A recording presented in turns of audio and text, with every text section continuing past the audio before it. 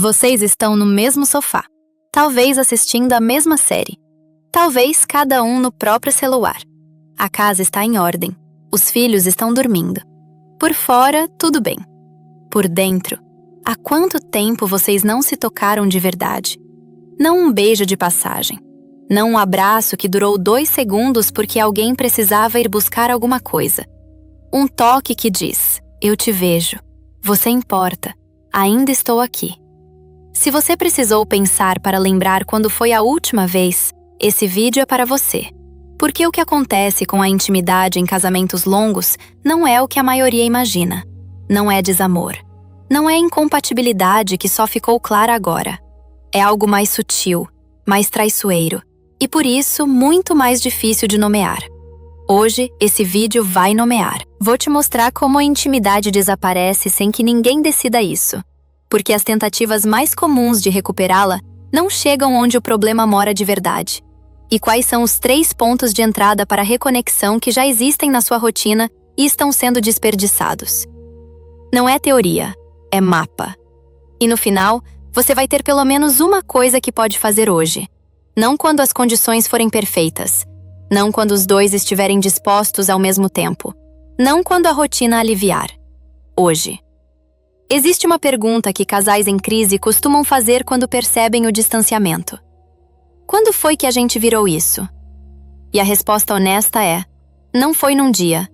Foi em 1000 dias pequenos. Foi na quinta-feira em que ele chegou exausto e você não falou sobre o que estava pesando. Porque ele estava exausto e parecia injusto. Foi na reunião de escola que foi até mais tarde e o jantar virou silêncio. Foi no fim de semana em que os dois estavam juntos, mas cada um carregando o peso da semana que acabou e da que estava chegando. Foi no momento em que um dos dois tentou iniciar algo, uma conversa, um toque, uma aproximação, e o outro não estava no mesmo lugar naquele momento. E então passou.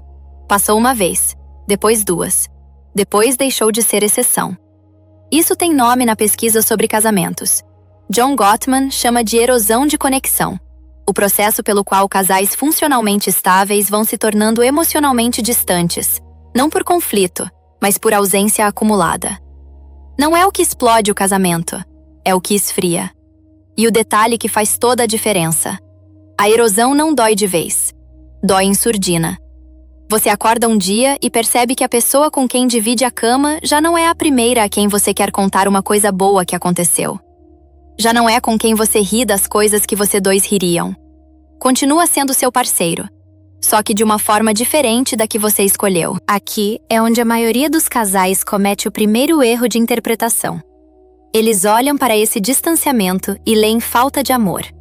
E então entram em pânico, ou entram em resignação. Mas não é falta de amor, é falta de território compartilhado. Deixa eu explicar isso, porque é a distinção que muda tudo. Casamentos longos, especialmente com filhos, especialmente com a pressão da vida adulta, tendem a organizar a vida do casal em torno de funções. Quem busca, quem paga, quem leva, quem resolve, quem decide. A parceria funciona. A logística funciona. Mas o espaço onde os dois se encontravam como pessoas, não como pais, não como provedores, não como gestores da casa. Esse espaço vai diminuindo. Não porque alguém o destruiu, porque ninguém o protegeu. E quando você não protege um espaço, ele não fica vazio. Ele é ocupado por tudo que tem urgência. Pela escola, pelo trabalho, pela conta que venceu, pelo grupo da família no celular. Por qualquer coisa que grite mais alto do que a conexão entre vocês, que, por definição, raramente grita. A intimidade não compete, ela espera. E enquanto espera, vai ficando mais distante. Quando casais percebem o distanciamento e decidem fazer algo, o movimento mais comum é tentar aumentar o volume do que já estão fazendo. Mais um jantar fora, mais elogios, mais perguntas sobre o dia, mais iniciativa física. E na maioria das vezes, você já sabe o que acontece. O jantar foi agradável, mas ficou na superfície. O elogio soou um pouco artificial, como se tivesse sido ensaiado. A pergunta sobre o dia ganhou uma resposta de 3 palavras. A iniciativa foi recebida, mas não correspondida de verdade. E então vem aquela sensação específica que é pior do que a distância em si. a sensação de ter tentado e não ter chegado a lugar nenhum. Por que isso acontece? Porque a maioria dessas tentativas trabalha na superfície de um problema que mora mais fundo. Existe um conceito que ajuda a entender isso: dívida emocional acumulada. Não é um termo clínico formal. É uma forma de descrever algo que a pesquisa de Gottman documenta extensamente. Em casamentos com erosão de conexão, os dois parceiros costumam acumular, ao longo de meses ou anos, pequenas mágoas não ditas. Pedidos de conexão que não foram respondidos. Momentos de vulnerabilidade que foram ignorados. Não por maldade, mas por cansaço, por distração, por não ter percebido. Tentativas de aproximação que encontraram uma parede. Essas mágoas pequenas, sozinhas, não parecem suficientemente grandes para serem nomeadas. Então não são. Ficam. E o que acontece com mágoas pequenas que ficam? Elas criam distância de segurança. Os dois parceiros, sem combinarem isso conscientemente, passam a investir menos naqueles momentos de aproximação, porque o risco de não ser correspondido começou a parecer alto demais. É mais seguro ficar na logística. A logística não rejeita. Então, quando você chega com um jantar fora ou um elogio depois de semanas de distância, o que você encontra não é uma pessoa que estava esperando pela sua iniciativa. Você encontra alguém que aprendeu a se proteger da ausência e que ainda não recebeu sinal suficiente de que é seguro baixar a guarda de novo. Isso não é rejeição, é proteção. É a mesma pessoa com quem você se casou, protegendo a mesma coisa que você está tentando recuperar. A pergunta que fica é: se as tentativas de superfície não chegam onde o problema mora, o que chega? Isso tem nome, e ter nome já é metade do caminho. A reconexão intencional não começa com um gesto grande. Começa com o que os pesquisadores chamam de turning towards, o movimento de virar em direção ao outro em momentos pequenos, cotidianos, que normalmente passam invisíveis. Gottman identificou que casais que mantêm intimidade ao longo de anos não são necessariamente mais românticos, mais comunicativos ou mais disponíveis do que casais que se distanciam. A diferença está em como respondem aos momentos microscópicos de convite à conexão. Aqueles momentos em que o outro faz um comentário, aponta algo pela janela ou sorri sem razão aparente. Casais que ficam juntos respondem. Casais que se distanciam não percebem, ou percebem e não respondem. Esses momentos existem na sua rotina hoje, todos os dias. Você só não sabe que são portas. O primeiro ponto de entrada é a transição. Existe um momento no dia que a maioria dos casais desperdiça completamente e que a pesquisa aponta como um dos mais importantes para a manutenção da conexão emocional. É o momento em que os dois se reencontram depois de um período separados. A chegada em casa. O fim do expediente. Aquele intervalo de 5 a 10 minutos antes de a rotina engolir tudo. A maioria dos casais usa esse momento para entrar diretamente na logística. Você viu o recado da escola? Tem reunião amanhã. O que tem para jantar? A sugestão de Gottman é diferente. Antes de qualquer logística, 6 minutos de reencontro real. Não uma conversa profunda, só presença. Perguntar sobre algo específico do dia do outro. Ouvir a resposta. Tocar. Estar ali antes de ser gestor da casa. 6 minutos. Não é abstrato. É uma decisão de sequência.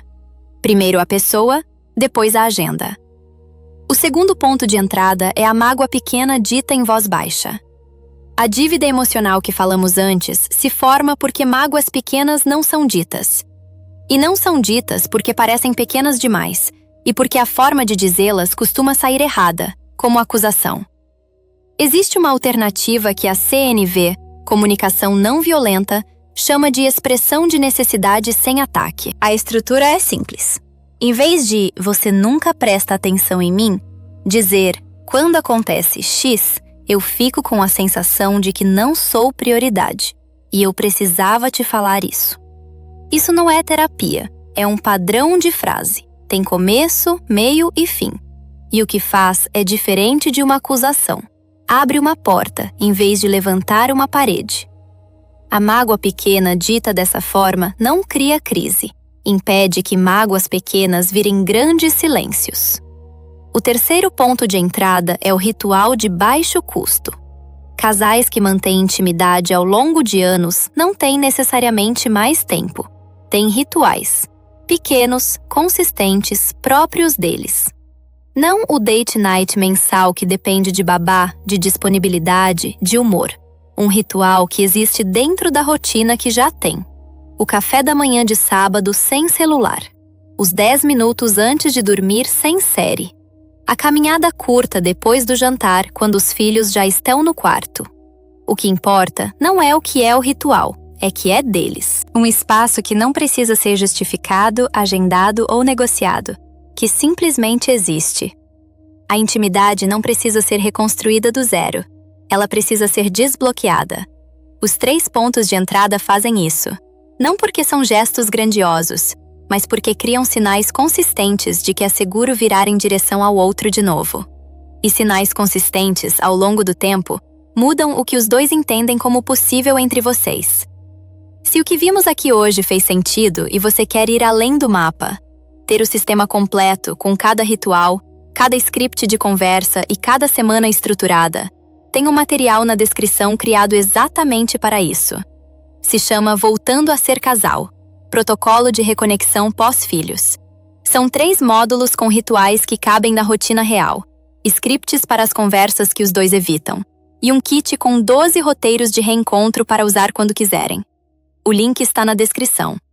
Tem uma coisa que precisa ser dita com honestidade antes de fechar. Tudo o que foi descrito aqui funciona melhor quando os dois estão dispostos.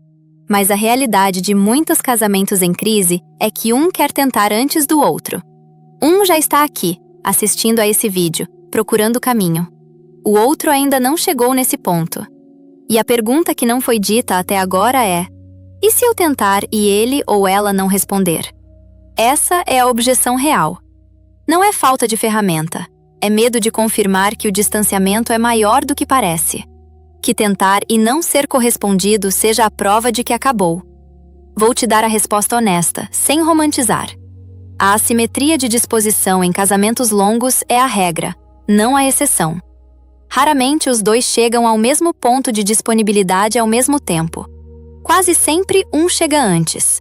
E o que a pesquisa mostra, e o que histórias reais de casamentos que saíram da crise confirmam, é que reconexão intencional quase nunca começa com os dois ao mesmo tempo.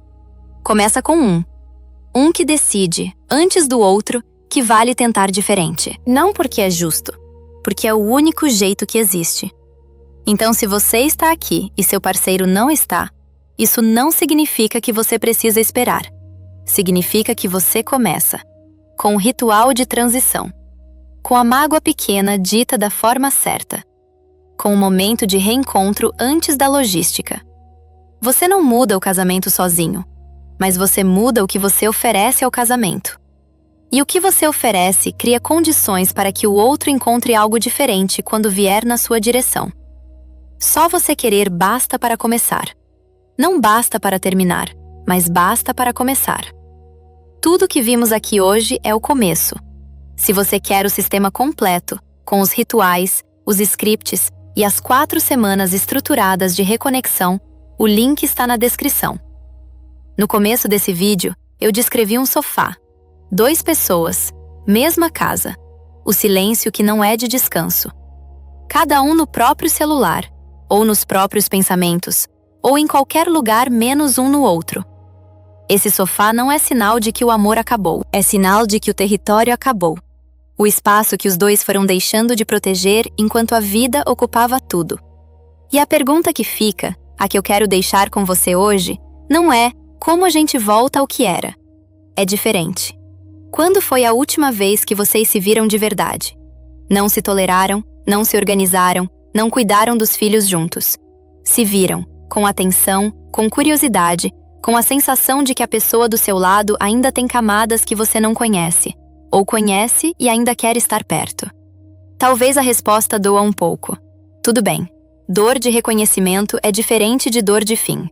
A primeira abre caminho, a segunda fecha. O que você aprendeu hoje não é uma promessa de que vai ser fácil.